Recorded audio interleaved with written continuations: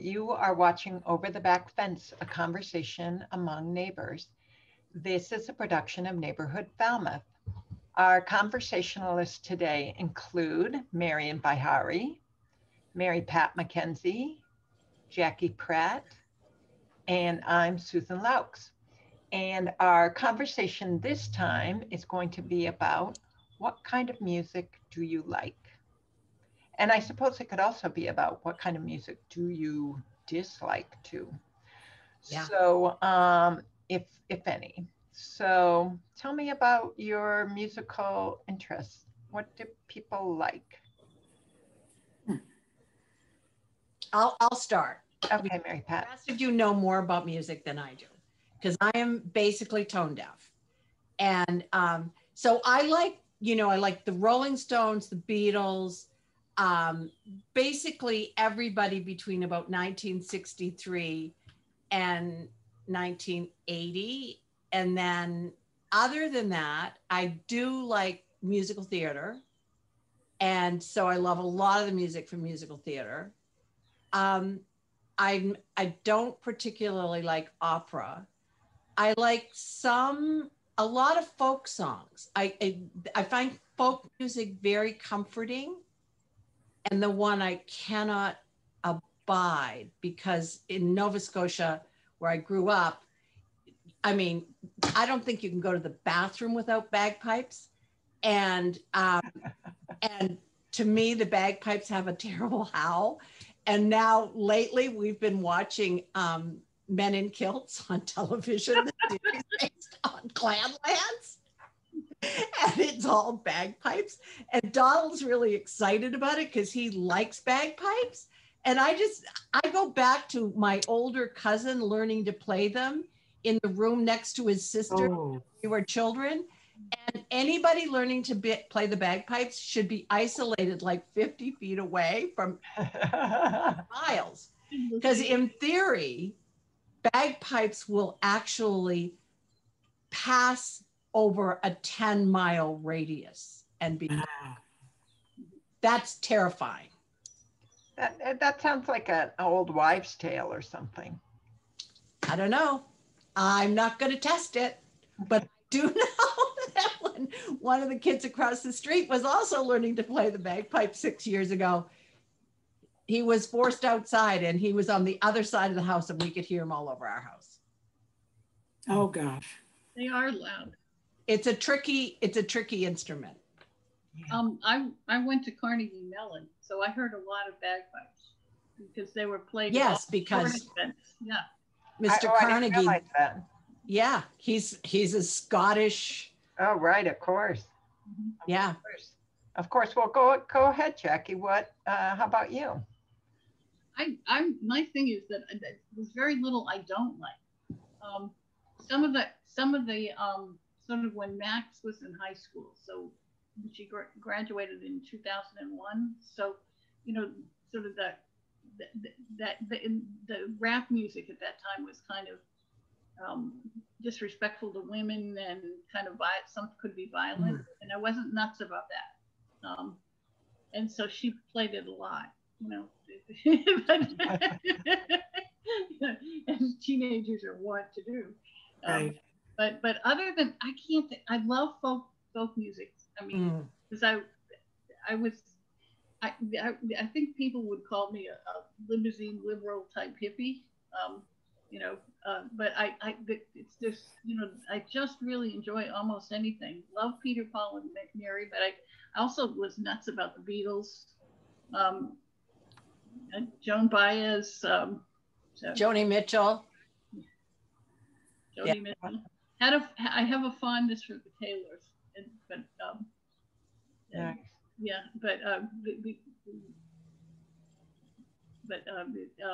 thing is that there's so much, and I like opera. I like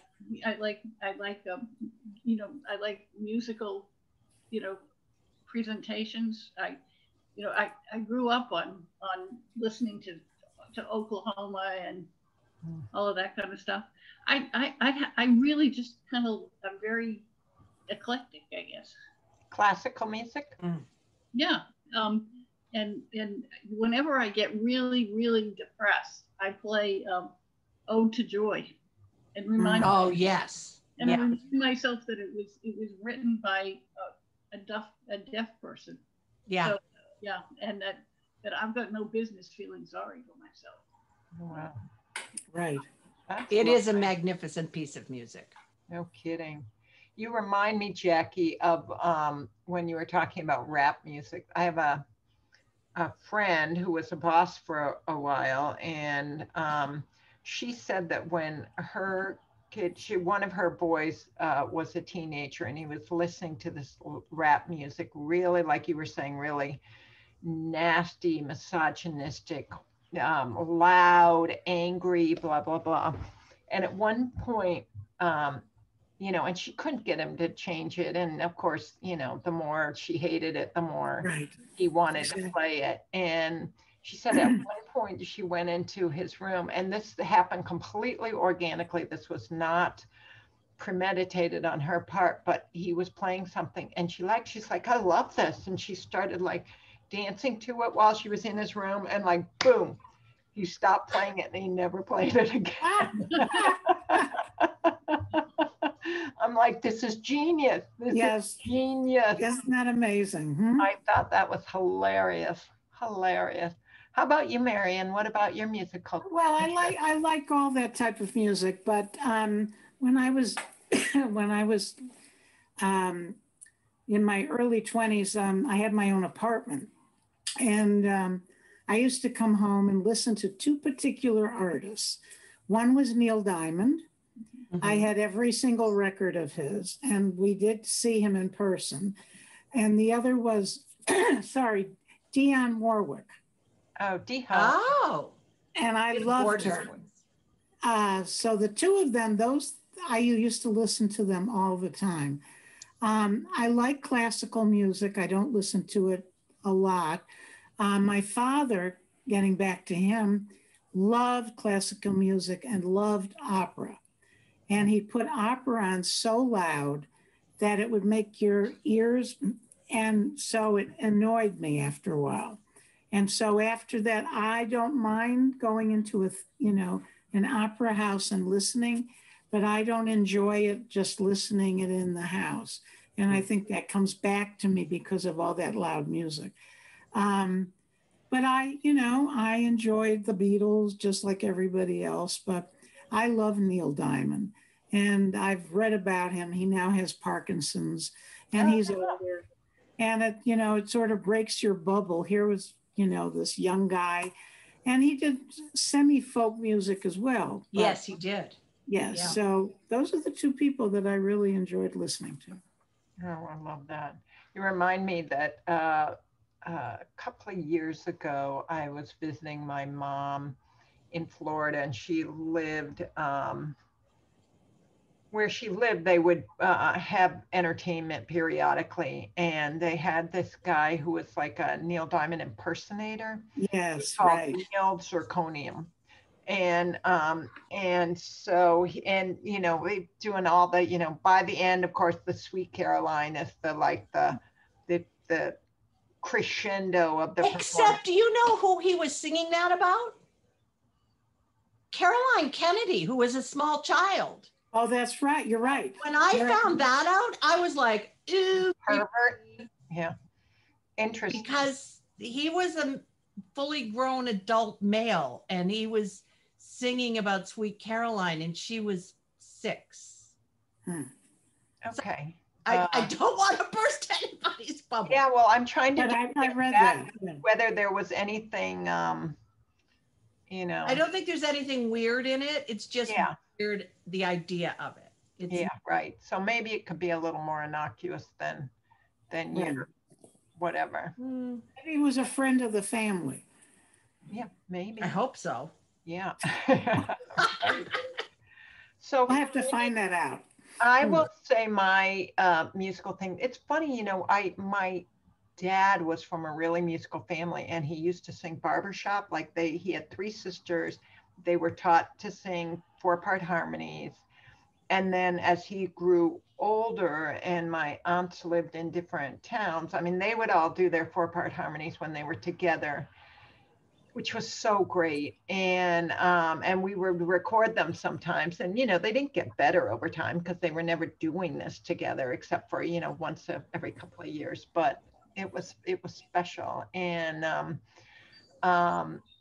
but then he found some friends and they could do a certain amount of harmonizing. And I just loved that. And but for all the sort of musical roots that they have, I don't feel like my own musical listening is all that broad. You know, I for sure the contemporary stuff from when I was, you know, in my teens and 20s, that kind of stuff like we've been talking about. I've now come around to folk music a little bit, but for a long time it felt like this kind of a dirge, like, you know, it's just kind of a dirge. And and classical music, kind of the same thing. Like I would always find myself thinking about my dry cleaning or something, you know, and whatever. But over time, you know, there are times where it's, you know, I find myself thinking about something slightly more elevated than my dry cleaning. So that feels like progress. But Sorry. But anyway, so, you know, I do have to say, Kyle, my husband, is a real India lover. And he's spent a lot of time in India. He loves the culture. If he sees anybody, you know, who's clearly from India, he wants to go and talk, like, where are you from? Jaipur, you know, from wherever. And but, you know, like something like Indian music without the twanging, Ravi Shankar. Ooh, yuck. And yeah, and, you know, I mean, again, you know, it's not about the culture, because, you know, I totally embrace and think that that is so cool, but that music just spears me in the head. They have great food and really awful music. Well, and, you know, saris and just, I mean, there's just wonderful. Anyway, so that music, I would say I'm not really great with. Do you think music is like food or art? Yeah, I think so. I think so. Like, meaning you have certain tastes, or that you're yes, with a yeah. Yeah, I think for sure. The one I have to say that I do love mostly is Christmas carols.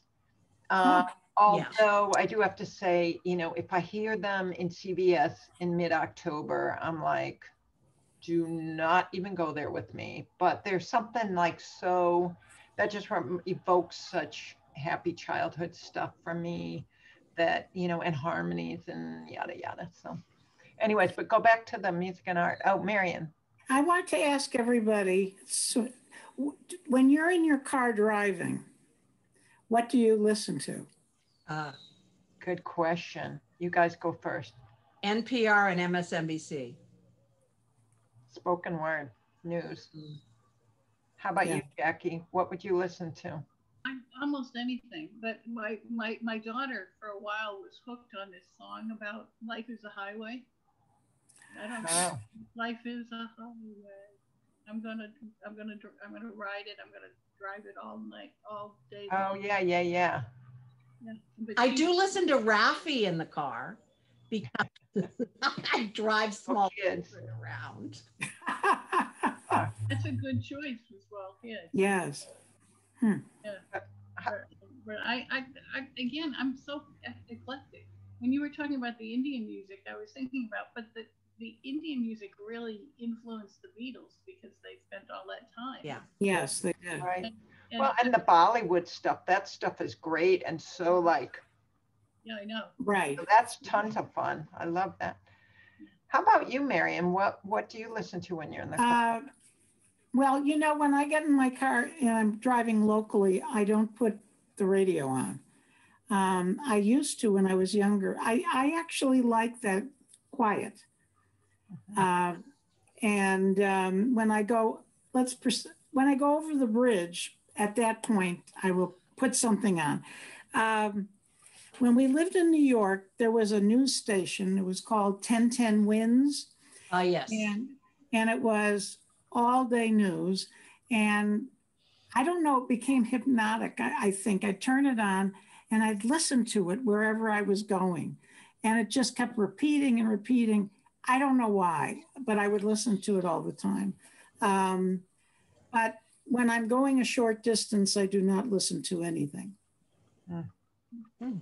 Probably safer. Well, besides that, I don't know why. I like the silence. Yeah.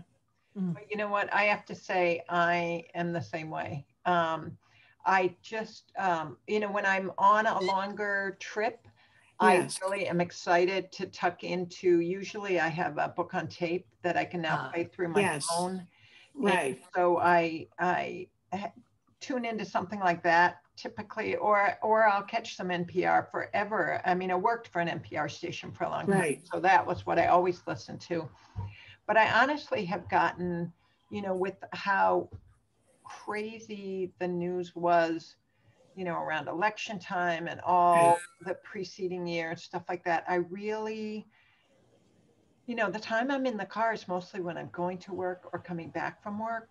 And it's a short trip, but it's like the quiet and the space it's kind of what I need. And I'm kind of thinking and I'm kind of just not thinking. And, but yeah, and the news, as much as I like to think that I'm a news head, that's kind of actually slowing down a bit for me because it's just so, I feel kind of, it's sort of an overstatement to say this. It's negative word, but I feel kind of traumatized by the news.